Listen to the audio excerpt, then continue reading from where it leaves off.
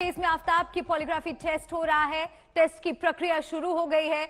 दिल्ली के अंबेडकर अस्पताल में ये टेस्ट किया जा रहा है। ये ना समझते हुए कि शैतान उनको मूर्ख बना रहा है। किसी ने अपने माइंड को पाप के लिए खोल रखा है, इसलिए करें कि दादे परदादों तक वो शराब उन लोगों के ऊपर आते हैं, इसलिए वो दादे परदादों से आगे वंश तक कहते हैं कि उनके ऊपर समस्याएं आती हैं। तो सबको जय मसीह की। कैसे हैं आप सब? आशा करता हूँ अच्छे होंगे। मेरे भाई बहनों, आज का समय है बचाव का, सतर्कता का और सावधानी का। तो परमेश्वर हमें किस तरह से समझाते हैं और जो हमारे साथ हमारे भाइयों के साथ बीतती है, हम इस वीडियो के द्वारा देखेंगे, समझेंगे कि किस तरह से हमें अपनी ज़िंदगी में सबक लेना चाहिए और आगे बढ़ना चाहिए। तो वीडियो को लाइक करना, सब्सक्राइब करना और पूरा देखना और इस वीडियो को देखना, क्योंकि इससे प्रभु हमें बहुत कुछ बताना। बता दें कि आफ्ताब की रिमांड 2 दिनों में खत्म हो रही है, इसलिए इन्हीं 2 दिनों में पुलिस को सारे साइंटिफिक जांच पूरी करानी है। सख्त सुरक्षा के बीच हो रहा है पॉलीग्राफी टेस्ट। अब पकड़ा जाएगा आफ्ताब का झूठ। पॉलीग्राफी टेस्ट के बाद नार्को टेस्ट की तैयारी। नार्को टेस्ट की प्री ट्रायल भी शुरू हो गई है। सच की यहां पड़ताल हो रही है। पॉलीग्राफी टेस्ट के दौरान 4 से 5 लोग वहां मौजूद रहेंगे। पहली मुलाकात से हत्या तक सवालों की पूरी सूची तैयार की जा चुकी है। एफएसएल लैब में आफ्ताब का पॉलीग्राफी टेस्ट शुरू हो चुका है। तो श्रद्धा केस में पड़ताल आगे बढ़ती हुई सख्त सुरक्षा के बीच किसी ने अपने माइंड को पाप के लिए खोल रखा है, इसलिए करें कि दादे परदादों तक वो शराब उन लोगों के ऊपर आते हैं, इसलिए वो दादे परदादों से आगे वंश तक कहते हैं कि उनके ऊपर समस्याएं आती हैं। लहू में ढक कर जाओ अपने आप को, आज नुकसान बंद होने वाले हैं। बोला हालेलुया। 5 तरीके से अटैक करता है शैतान आपकी फैमिली पर। देखो मैं क्या बता रहा हूं कि यहाँ पर जब हम पढ़ते हैं कह 19 के 15 को कह खुले जो पात्र कह जो इस पर ढक्कन लगा ना हो उस पर अटैक करता है। लेकिन पहला अटैक वो कैसे करेगा? पहला अटैक आपके स्वभाव पर करेगा, दूसरा अटैक वो आपकी पारिवारिक जीवन पर करेगा, क्योंकि उसको मतलब है आपके अटैक करने पर, निराश करने पर। फिर वो आपके फाइनेंस पर अटैक करेगा। तीसरा चौथा आपकी धार्मिकता पर, जिस बात की आप गवाही देते हैं उस पर अटैक करेगा।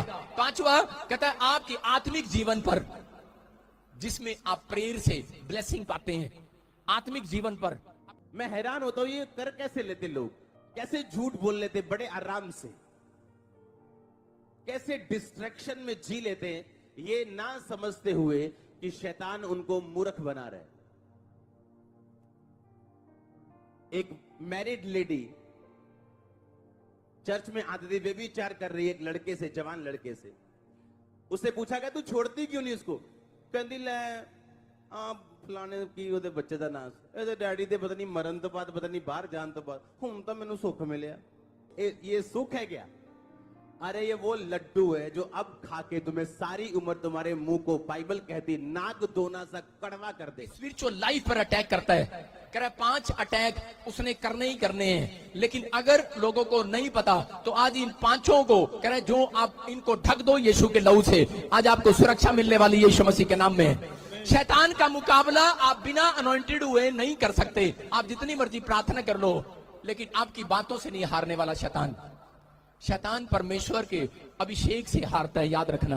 बाइबल में लिखा कि अभिषेक गर्दन के ऊपर से जुए को तोड़ डालेगा। आपके ऊपर कितना ही कर्जे का जुआ हो, कितनी बीमारियों का जुआ हो, कितने ही शैतान का जुआ हो, आज अभिषेक, यहोवा का अभिषेक आपकी गर्दन से हर एक जुए को तोड़ डालेगा। चर्च यीशु मसीह के नाम में आपको विश्वास करना है। लेकिन क्या करना है? कहते हैं बाप ने कभी सिगरेट नहीं पिया, बाप ने कभी तंबाकू नहीं खाया, लेकिन आगे बच्चे शराब पी रहे हैं और तंबाकू खा रहे हैं।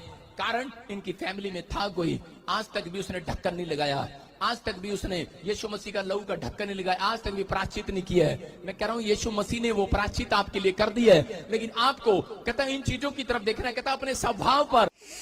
तो देखा आपने मेरे भाई बहनों, किस तरह से दर्दनाक एक ट्रेजेडी, हादसा और एक इस तरह का शैतानी काम हुआ है जो हमें ये चीज़ से डरा देता है, भयभीत करता है कि हम किसी और के प्रति विश्वास करें या ना करें। क्योंकि ये चीज़ क्यों हुई है, इस सब का मुख्य कारण सिर्फ एक ही चीज़ है, वो है लगाव। और वो लगाव जब तक इंसान का रहता है वो उसके साथ जुड़ा रहता है, और जुड़ने के बाद उस लगाव का जब वो ख़त्म हो जाता है तो वो व्यक्ति उसके लिए दुश्मन कहलाता है, जिसे लोग आज प्यार कहते हैं। कि हम प्यार करते हैं और प्यार करने के बाद वो व्यक्ति उसके लिए उम्मीदों का पहाड़ बना लेता है और उसे ये सोचता है कि ये मेरे लिए कठपुतला है, एक कठपुतली है जो मेरे कहने पे नाचेगी और मेरे कहने पे हर एक काम करेगी, और जब वो काम नहीं करेगी तो वो सबसे बड़ी दुश्मन उसके लिए हो जाती है। और फिर वो उसे अभद्र नज़रों से देखना और उसके जीवन को अपने काबू में करने की कोशिश करता है। वो ये सोचता है कि भाई ये ज़िंदगी अब इसकी नहीं, ये मेरी है। यही प्यार की डेफिनेशन आज दुनिया में हो रही है। कोई धन के प्रति उससे प्रेम करता है, कोई उसके शरीर के प्रति उससे प्रेम करता है, कोई उसकी योग्यता के प्रति उससे प्रेम करता है। और अंत में यह होता है कि जब वो व्यक्ति उसके हिसाब से नहीं चलता या उसके कहने पे नहीं चलता या उसकी नहीं सुनता, तो वो उसके लिए एक दुश्मन की तरह महसूस करने लगता है। क्यों मेरे भाई बहनों, आज हमारे जीवन में भी हम उसी दौर से गुजर रहे हैं। हम क्यों सेक्रीफाइसेस करते हैं, क्यों त्यागते हैं, क्यों हमें वो चीज़ नहीं मिलती फिर भी हम चुप रहते हैं? क्योंकि परमेश्वर हमें शिक्षा देते हैं, हमें समझ से भर देते हैं कि सब्र करो, जितनी सामर्थ मैंने तुम्हें दी है वो तुम्हारे लिए काफ़ी है। और हमें शिक्षा देते हैं कि हम परमेश्वर के जन और परमेश्वर के द्वारा भेजे गए हर एक काम को स्वीकार करें। उसने हमारे लिए हर एक चीज़ को रखा है, नियुक्त किया है एक समय के साथ, कि जब समय आएगा तो हमारे अंदर की गंदगी भी जाएगी, हमारे अंदर की जो चीज़ें की ज़रूरत है वो भी पूरी होगी, और परमेश्वर हमारा ध्यान रखता है। तो जो सब्र खाते हैं, जो परमेश्वर के प्रेम में रहते हैं, वो कभी भी ऐसा काम नहीं कर सकते, क्योंकि परमेश्वर एक ऐसा प्रेम प्रकट करता है जो हमारे बीच में प्रतिदिन हम हर एक वचन से सीखते हैं कि उसने हमसे ऐसा प्रेम किया कि उसने हमारे लिए अपने इकलौते पुत्र को दे दिया, ताकि हम नाश ना हो, हम अनंत जीवन पाए। ताकि हम नाश ना हो और अनंत जीवन पाए, तो ये वर्ड वही है कि हम नाश ना हो।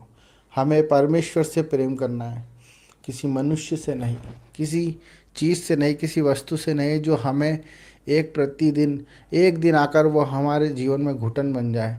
क्योंकि जो कोई व्यक्ति मनुष्य से अपार प्रेम करता है उसे धोखा मिलता है, क्योंकि मनुष्य अपनी सी चाल नहीं, वो किसी और की चाल चलता है।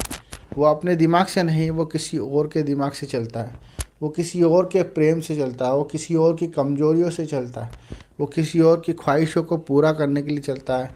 यही एक मनुष्य है जो परमेश्वर की इच्छा जानने के प्रति कम होता है और दूसरों की इच्छाओं में ज़्यादा उत्सुकता जताता है। उसी कारण जब उसका मनोबल कम हो जाता है तो परमेश्वर को भूल जाता है और ये सोचता है कि मुझे हर एक चीज़ अपने आप को पानी है, हमें हर एक काम अपने आप को करना है। वो सब कुछ छोड़कर वो खुद जद्दोजहद करने लग जाता है, और जब वो हार जाता है तो वो हरेसमेंट दिखाता है, तब वो क्रोध दिखाता है, वो अपने अंदर की गंदगी बाहर लेके आता है, वो शैतानी काम करता है और शैतान उसे इस तरह से ट्रीट करता है कि वो उसके उपयोग में आ जाए। तो यही सच्ची बात है मेरे भाई बहनों, आप ईश्वर के ऊपर भरोसा करें, आपके जीवन में किसी बात की कमी नहीं होगी। ऐसे लोगों को देखकर ये सीखें कि अगर हम प्रेम करें तो सिर्फ ईश्वर से करें, प्रेम की नई नई परिभाषा ना करें और प्रेम का मजाक ना बनाएं, क्योंकि प्रेम कोई शारीरिक नहीं होता, कोई पैसों से नहीं होता, कोई आवश्यकताओं से नहीं होता कि वो पूरी होगी तो प्रेम बना रहेगा। प्रेम मन से होता है, जो कि ईश्वर ने हमसे किया है, जो कि परमेश्वर ने हमसे किया है, जो जीसस क्राइस्ट ने हमसे किया है, जो यीशु मसीह ने हमसे किया है, कि वो हमें ना छोड़ेगा ना त्यागेगा। हम बुरे होंगे तो भी वो हमें अच्छी अच्छी चीज़ें देगा और हमारे साथ अच्छा ही व्यवहार करेगा। वो हमें प्यार से पालता है और हमारी हर एक कमी घटी को पूरी करता है। वही परमेश्वर है, वही सच्चा और वही इकलौता पुत्र, वही इस सृष्टि का रचयिता है। तो उसके प्यार में बन जाएं। सबको जय मसीह। आमीन।